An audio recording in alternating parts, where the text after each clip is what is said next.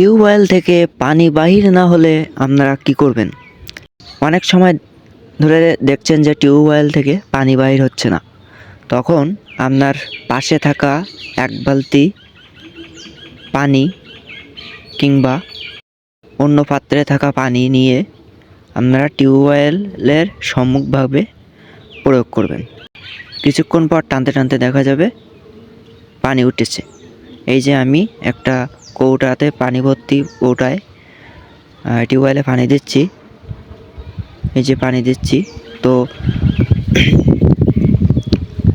তো এবার আস্তে আস্তে টানতে শুরু করলাম। এবার দেখা যাচ্ছে আস্তে আস্তে পানি পড়তেছে। এভাবে কিন্তু আপনারা পানি না উঠলে পানি তুলতে পারবেন।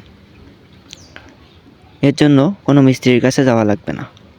তো বন্ধুরা, ভিডিওটি যদি ভালো লেগে থাকে তাহলে সাবস্ক্রাইব করতে ভুলবেন না। ধন্যবাদ।